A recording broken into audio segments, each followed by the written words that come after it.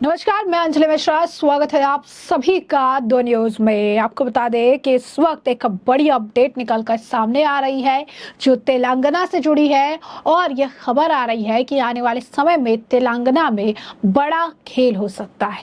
और इसके पीछे का कारण केंद्रीय गृह राज्य मंत्री बंदी संजय कुमार का बयान है। दरअसल बंदी संजय कुमार ने एक बयान दिया जिस बयान ने अब सत्तारूढ़ पार्टी की होश उड़ा दिए हैं, क्योंकि उन्होंने कहा है कि तकरीबन 2, 4, 10 नहीं बल्कि 26 विधायक जो हैं कांग्रेस और उनके घटक दलों के, वो इस वक्त बीजेपी के संपर्क में है। यानी तेलंगाना में होने वाले उपचुनाव से ठीक पहले बड़ा खेल हो सकता है। और ऐसे में क्या कुछ उनके द्वारा कहा गया है, उन्होंने ये गारंटी भी दी है कि पार्टी जो है वो एक सिंगल एमएलए को उतारेगी, जो पूरी तरीके से कि पार्टी एक भी ऐसे एमएलए को अपनी पार्टी में नहीं लाएगी जिसके खिलाफ भ्रष्टाचार के मामले चल रहे हैं या फिर भ्रष्टाचार से जुड़ा हुआ कोई भी उनके ऊपर केस है या फिर उस पर जांच चल रही है, सीबीआई के रडार पे है, वो ईडी के रडार पे है। ऐसे सांसदों का वेलकम नहीं किया जाएगा। तो इसके बाद अगर आप देखेंगे तो ये बहुत बड़ा बयान जो है उनके द्वारा दिया गया है। क्या कुछ और अगर आप कहेंगे कि इस बयान के सियासी मायने हैं और किस तरीके से इस बयान के बाद तेलंगाना की राजनीति में प्रभाव देखने के लिए मिल रहा है, विस्तार से समझिए। केंद्रीय गृह राज्य मंत्री बंदी संजय कुमार ने कहा है कि करीब 26 विधायक भाजपा के संपर्क में हैं और अन्य दलों के विधायक और निर्वाचित प्रतिनिधि भाजपा में तभी शामिल हो सकते हैं जब वे अपने पदों से इस्तीफा देकर दोबारा चुनाव लड़े। उन्होंने ये भी विश्वास जताया कि यदि उपचुनाव होते हैं तो भाजपा जीतेगी। करीमनगर में पत्रकारों से बातचीत करते हुए उन्होंने कहा था कि सीबीआई मामलों का सामना कर रहे नेताओं को हमारी पार्टी में शामिल करने की कोई संभावना नहीं है। ईडी और सीबीआई जांच से भाजपा का कोई लेना देना नहीं है। अन्य दलों के विधायक हमारी पार्टी में आसानी से शामिल नहीं हो सकते हैं जैसे वो बीआरएस और कांग्रेस में होते हैं। जब कांग्रेस ने जो है के केशव राव को सांसद पद से इस्तीफा दिलवाया तब वे अपनी पार्टी में शामिल हुए बीआरएस विधायकों से भी इस्तीफा क्यों नहीं दिलवा रहे हैं। करीमनगर से के सांसद ने आरोप लगाया कि पूर्व मुख्यमंत्री के चंद्रशेखर राव ने आंध्र और तेलंगाना के बीच लंबित मुद्दों को सुलझाने में देरी की, लेकिन अब ऐसी कोई समस्या नहीं है। अगर दोनों राज्यों के मुख्यमंत्री प्रतिबद्धता के साथ काम करें तो मुद्दों का समाधान हो सकता है। उन्होंने कहा कि लेकिन अब भी बीआरएस प्रमुख केसीआर लोगों को भड़काने का मौका तलाश रहे हैं। तेलंगाना में पार्टी के नए अध्यक्ष के बारे में बंदी ने कहा कि यह निर्णय पार्टी हाईकमान द्वारा दिया जाएगा और ऐसा कोई नियम नहीं है कि पार्टी अध्यक्ष का पद नए नेताओं को नहीं दिया जा सकता है। बीआरएस के कार्यकारी अध्यक्ष केटीआर ने दल बदलू विधायक को लेकर सीएम रेवंत रेड्डी को चुनौती दी और बेरोजगार युवाओं के खिलाफ पुलिस की कार्रवाई की आलोचना की थी। हिरासत में लिए गए बीआरएस नेताओं की रिहाई की मांग भी की थी। इस राजनीतिक टकराव के बारे में भी अगर आप कहेंगे कि कई सारी बातें निकलकर सामने आई थी। अब ऐसे में आपको बता दें कि के केशव राव ने कांग्रेस में शामिल होने के बाद राज्यसभा से इस्तीफा दे दिया था और दल बदलू बीआरएस विधायकों के बारे में सवाल उठाए थे। तेलंगाना खाली सीट को भरने के लिए अब उपचुनाव की तैयारी हो रही है। अब ऐसे में उपचुनाव में ये जीत की बात कह रही है, क्योंकि केंद्रीय गृह राज्य मंत्री बंदी संजय कुमार ने कहा है कि कांग्रेस पार्टी पर दल बदल को बढ़ावा देने में बीआरएस की राह पर चलने का भी आरोप लगाया। उन्होंने मीडिया से बातचीत में कहा, जब उनसे सवाल किया कि क्या सत्तारूढ़ कांग्रेस पार्टी में दल बदल करने वाले विधायकों को इस्तीफा देने और उन्हें फिर से चुनाव लड़ने का साहस है, संजय कुमार ने बताया कि कांग्रेस ने अपने घोषणा पत्र में दावा किया था कि अगर कोई सांसद या विधायक किसी दूसरी पार्टी में जाता है तो उसे स्वतः ही अयोग्य घोषित कर दिया जाएगा।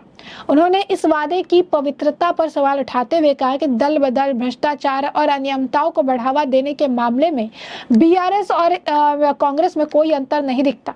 बीआरएस के 26 विधायकों के कांग्रेस में शामिल होने की खबरों का हवाला देते हुए संजय कुमार ने सत्तारूढ़ पार्टी से उन्हें इस्तीफा देने और उपचुनाव लड़ने के लिए मजबूर करने को कहा।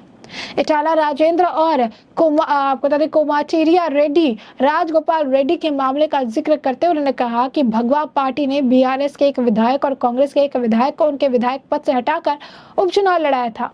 अब ऐसे में उन्होंने कहा कि जिस तरीके की स्थिति हो रही है तेलंगाना में, ये बड़े दल बदल की तरफ इशारा कर रहा है और तेलंगाना में इसे लेकर बड़ा खेल भी हो सकता है। बता दें कि हाल ही फिलहाल में गृह मंत्री अमित शाह से भी तेलंगाना के एक वरिष्ठ नेता की मुलाकात हुई थी और उस वक्त भी अगर आप देखेंगे तो जो है चर्चाओं का बाजार काफ़ी ज़्यादा गर्म था। उस वक्त भी तरह तरह की अटकलें लगाई जा रही थी, काफ़ी कुछ जो है कहा जा रहा था, क्योंकि अमित शाह से मुलाकात जो है किसी और की नहीं बल्कि रेवत रेड्डी की हुई थी।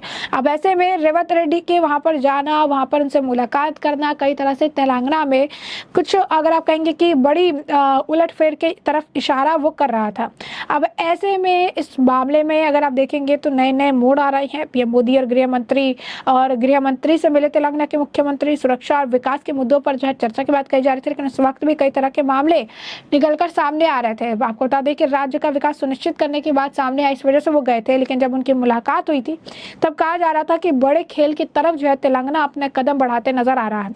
अब जिस तरीके से इन्होंने यह बयान दिया है जो है केंद्रीय गृह राज्य मंत्री बंदी संजय ने कि 26 जो अब विपक्ष के एमएलए हैं वो अब उनके कांटेक्ट में है। साथ ही साथ ये स्पष्ट भी कर दिया है कि जो भी सांसद जिनके खिलाफ सीबीआई या ईडी के मामले चल रहे हैं, जिनके ऊपर भ्रष्टाचार से जुड़े मामले हैं, जिनके ऊपर ये मामले लंबित है, पेंडिंग है, जिनके ऊपर कार्रवाई हो रही है, ऐसे किसी भी का वेलकम पार्टी में नहीं किया जाएगा, क्योंकि सीबीआई और ईडी से बीजेपी का कोई लेना देना नहीं है।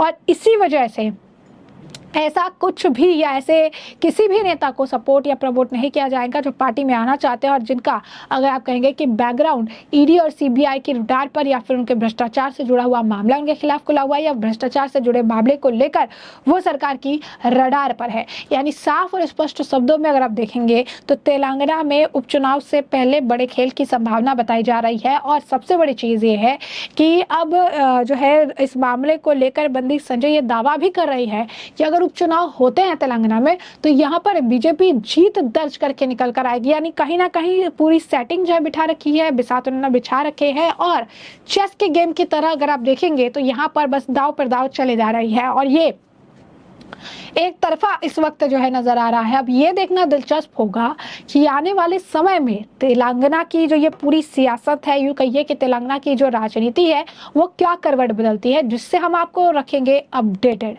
फिलहाल के लिए हमने आपको ये जो पूरा मामला है ये बड़े विस्तार से बताया है कि ये पूरा मामला क्या है, किस तरीके से अब एक बड़ा अगर आप कहेंगे कि हंगामा होने वाला है, क्योंकि तेलंगाना में इसे लेकर इसकी आहट जो है अब सुनाई दे रही है और एक बड़े वरिष्ठ नेता ने इसे लेकर खुलकर दावा कर दिया है। और ये कोई और नहीं बल्कि केंद्रीय राज्य गृह मंत्री हैं दी संजय जी।